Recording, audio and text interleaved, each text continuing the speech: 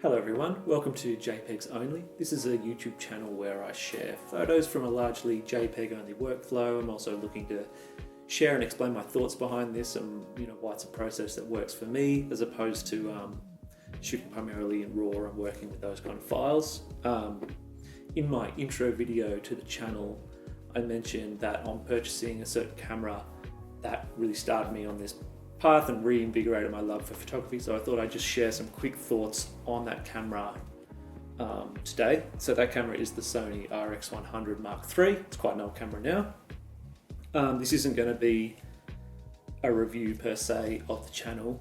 I'm just going to of the camera. I'm just going to be sort of speaking off the dome about my thoughts on this piece of gear, what I really liked about it, and obviously I'm still learning, so my thoughts may change over time, and I'll probably share that on the channel at a later point as well. So Sony RX100 is a premium compact camera made by Sony. It's got a 1-inch sensor in it. Obviously being a compact camera, it's got a fixed lens, but it is a zoom lens, so it's got the equivalent of 24mm to 70mm. It has like a flip out kind of articulating screen. It has a little nifty built-in viewfinder, which is really cool. Kind of folds back into the body of the camera, and you pull it out and you can look through it like all viewfinders. It's got a flash hidden inside. I think it's a really great little camera, especially for travel, which is primarily where I've used it. A lot of people complain about how kind of smooth it is. It's like a very premium product, right? And it's quite slippery, so I think I have felt before that, like, oh my goodness, I hope I don't drop this because of how slippery it is. But to be honest, I don't mind it too much. I kind of like the vibe of it. It's got when you're looking at it kind of like straight on, it's got this classic kind of camera look, which is really cool, but it's like mini, shrunk down. I really enjoy how the screen flips out. So for context, camera I'm filming on is a Canon 60D, which is the camera that I spent most of my years learning photography on. That has one of Canon's like fold out and swivel around screens, which kind of gives you the same angles, but I way prefer this one. It's like when you flip out the Canon camera to the Canon screen to the side of the camera, it dramatically feels like it increases the footprint of the camera, so I never really enjoyed using it like that. I'd always just flip it around and then have it sitting on the back like a normal screen. This one kind of gives you all that mobility, but it doesn't really change the footprint of the camera. It might be tied to how slippery it is, and also the fact that it doesn't have a huge groove for your thumb to grip in like the Canon digital SLRs do. But I found myself shooting with this camera kind of from the hip, looking down at the screen, which I find really interesting, like holding it with two hands like this, framing my shot when I'm walking around, and then like taking the photos like that. So I know that's kind of interesting. I purchased this one over other compacts because of the viewfinder, but to be honest, I haven't really used it at all. I find myself shooting kind of like that with the screen rather than popping up and using the viewfinder. One really annoying thing is that whenever you take the viewfinder in and out, it turns on the camera, and then when you push it in, it turns off the camera. So that's kind of stupid in my view, and probably has contributed to me not using that feature as much as maybe Sony would have hoped. What else can I really say about the build? I love it. It just, I carry it on a wrist strap, slip it straight in the pocket when I'm traveling, or a little sling or in a bag or whatever. Takes up hardly any space. Absolute pleasure to shoot with.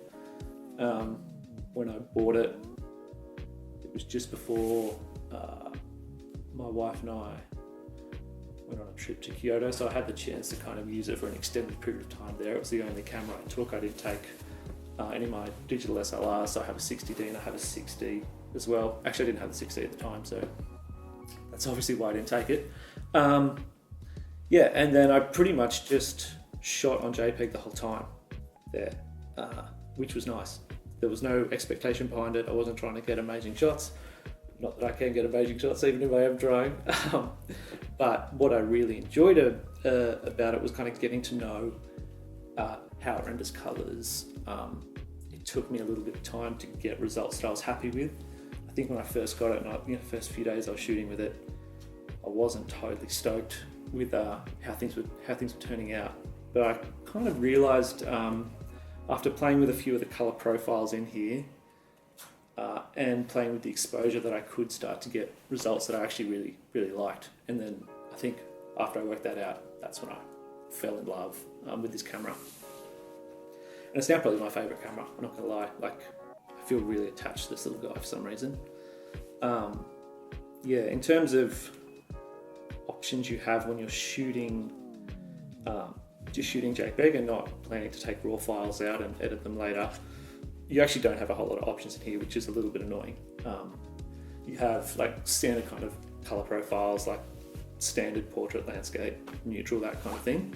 And you can adjust contrast, sharpness, and saturation when you're in there, as well as you have all your white balance controls, obviously. And then you have those kind of novelty filters, which I really hate in cameras. They're always a little bit too like cheesy or too dramatic. In fact, I think there's actually one in here called Dramatic, which is horrible.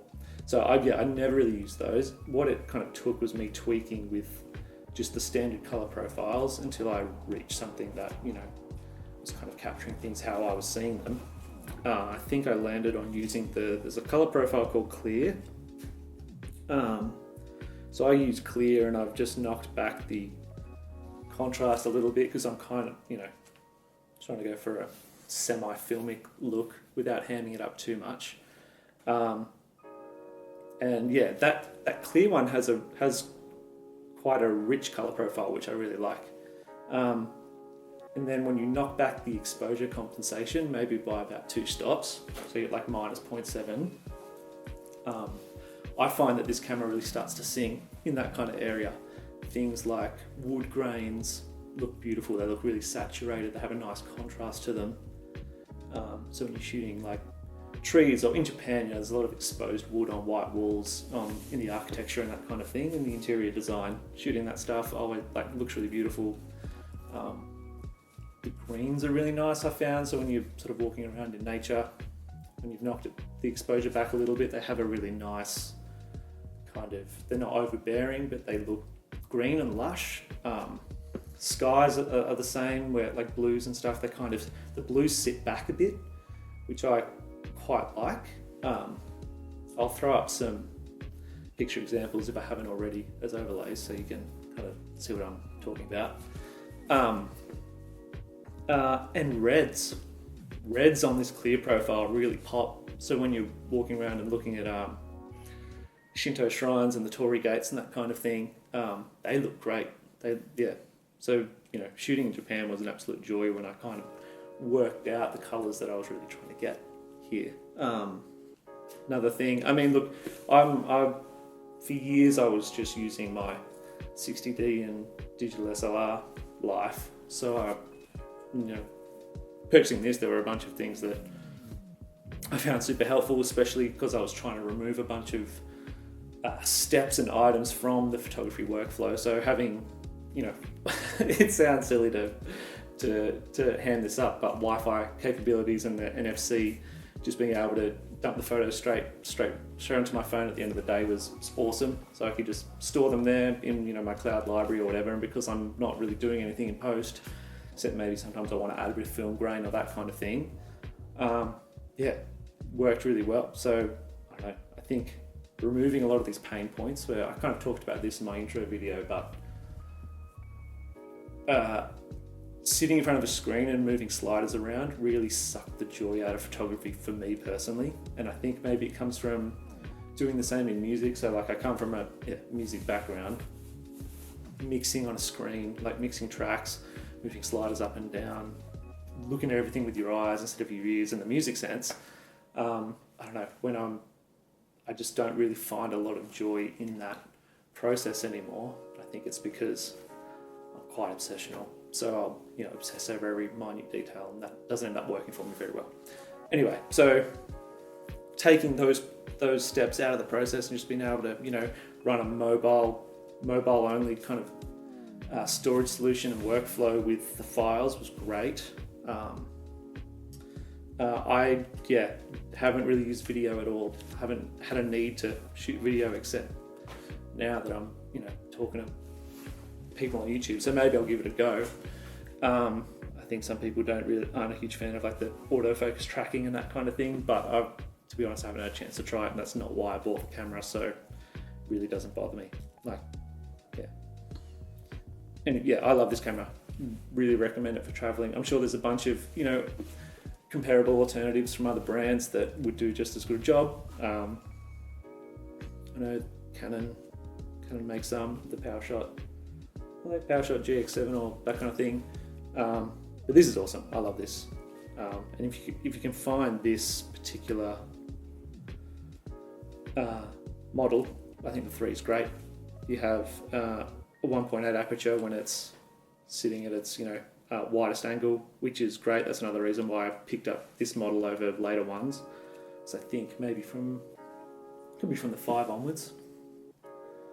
I think the maximum aperture is actually is smaller. Anyway, rattling on, but all I really wanted to say was I freaking love this camera. Be keen to hear your thoughts on it, or if you have something similar that you use as well. Thanks for listening.